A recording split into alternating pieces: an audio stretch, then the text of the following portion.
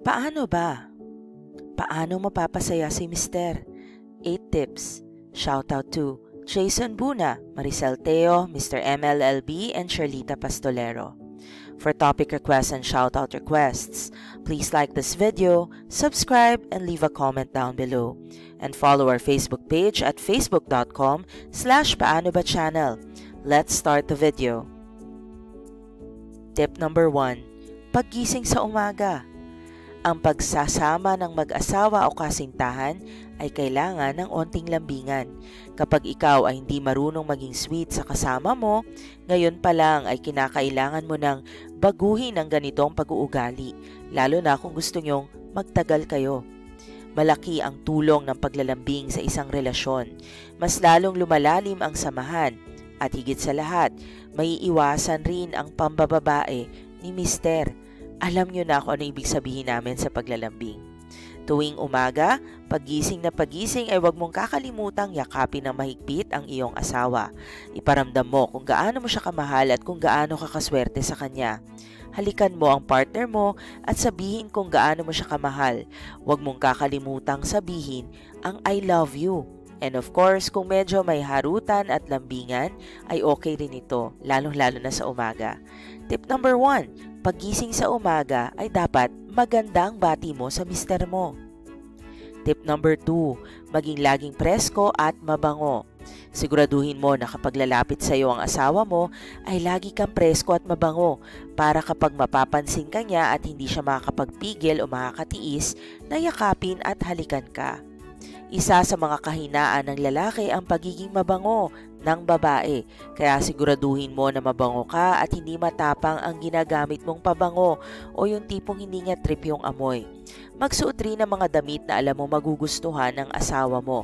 Kumbaga, just because asawa mo na siya, ay mag-ayos-ayos ka pa rin.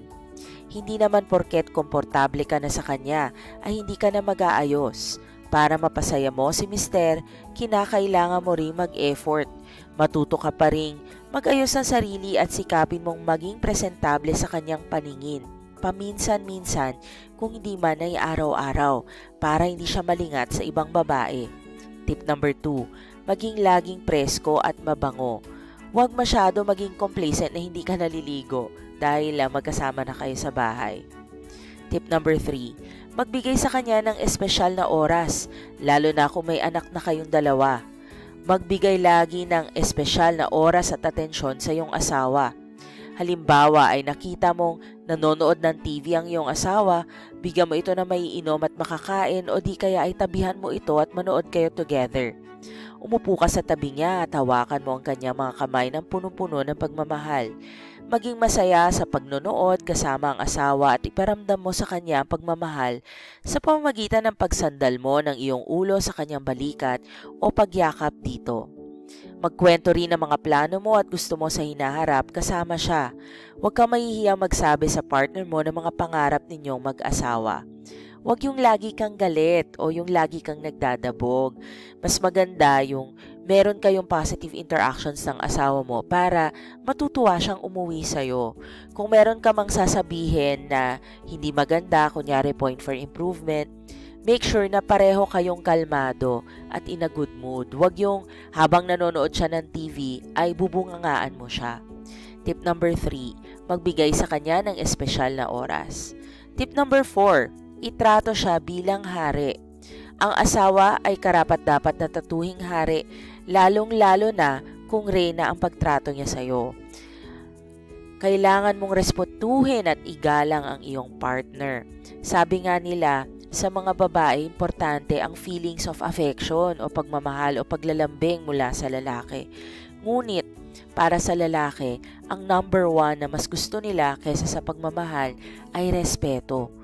Importante rin ang pagiging maasikaso sa iyong partner, maging malambing, sa pamamagitan ng paghahanda ng kanyang bihisan at pagplansya ng kanyang damit.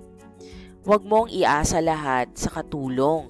Dapat ay hands-on ka rin sa pag-aalaga sa kanya dahil paminsan yun ang paraan ng lalaki na maramdaman ang pagmamahal ng kanyang misis. Kapag may okasyon, huwag makalimutan ang magbigay ng maski simpleng regalo lang at kung kapos naman sa pera ay maging creative gaya ng pagsulat ng love letter o pag-post sa social media. Tip number 4, make him feel loved and appreciated at itrato siya bilang hari, lalong-lalo na kung ang trato niya naman sa'yo ay reyna ng tahanan. Before we continue, kailangan mo ba ng pera? Get 0% interest rate from 5,000 pesos. Mag-apply na sa Finbro. Use the link in our description link below. Mabilis lang mag-apply at mabilis rin ma-approve. Mababa pa ang interest. Anong hinihintay nyo? Mag-Finbro na. Going on to tip number 5, iwasang umangil. May mga tao talagang sinisimula ng kanilang umaga nang nagtotok sa loob ng bahay at madalas babae ang gumagawa nito. Ginagawang almusal ang pagbubunganga, pagreklamo at ang pagiging angil. Ito ang isa sa mga pinakamasamang habit na kinakailangan mong baguhin.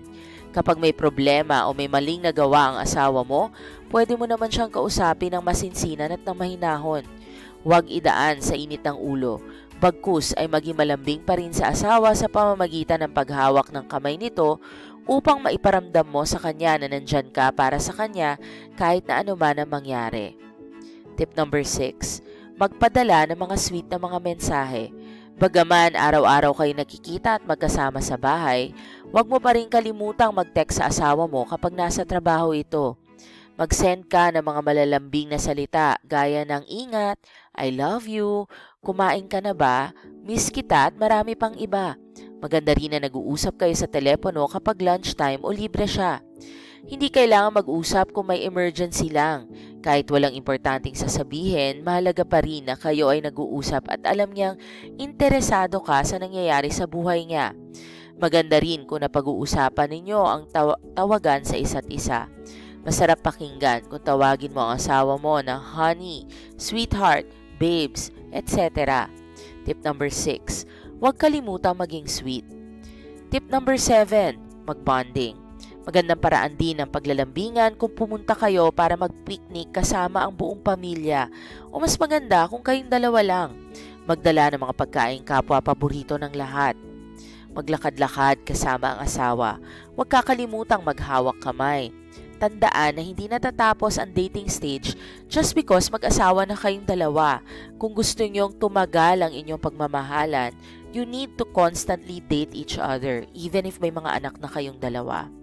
Ang pagpunta ng mall para manood ng paborito ninyong palabas o mag-Netflix sa bahay ay isa ring maganda at mumurahing gawain ng mag-asawa o magkasintahan. Kaya huwag kalimutan mag-bonding kasama ang iyong asawa. And tip number 8, anong gagawin pag uwi galing sa trabaho? Nasa pinto pa lamang ay salubungin mo ang asawa ng ngiti at halik at pagsasabi ng I love you. Kung may energy ka pa, masahihin ang asawa habang kayo ay nag-uusap para matanggal ang pagod nito. Pero kung ikaw rin ay nagtatrabaho, ngiti mo lang at saka I love you, sapat na. Lalo na sa mga lalaki, masahihin o kamutin ang dahan-dahan ang likod niya. Naku, tuwang-tuwa sila dyan. Magdala ng pasalubong para sa iyong asawa o ipagluto ng kanyang paboritong pagkain. Lagi mo ring isipin kung ano ba ang makapagpapasaya sa kanya. Pwedeng simple lang naman ito, kunyari, bigyan mo siya ng konting katahimikan pag uwi niya o yung nakahanda na yung tsinelas niya pagpasok ng bahay. Tip number 8, maging maasikaso sa kanya pag uwi niya galing sa trabaho at most importantly, greet him with a smile kasi yan ang isa sa mga pinakamalaking reklamo ng mga mister. Kumbaga na-stress na sila sa trabaho at pag uwi nila ay stress pa rin sila dahil hindi masaya ang kanilang misis. Maraming salamat sa pagnood. Please like this video and subscribe to the Paano Ba channel and like our Facebook page, facebook.com/paanoba channel. At mahilig ba kayo mag-travel, lalo na kasama si Mister? Mag-Klook na! Get passes and up to 45% off on attractions like in Boracay using the link in the description box below, and don't forget to like and subscribe to our YouTube channel. Maraming salamat. For topic requests and shoutout requests, please like this video, subscribe, and comment down below. Maraming salamat and see you in our future videos.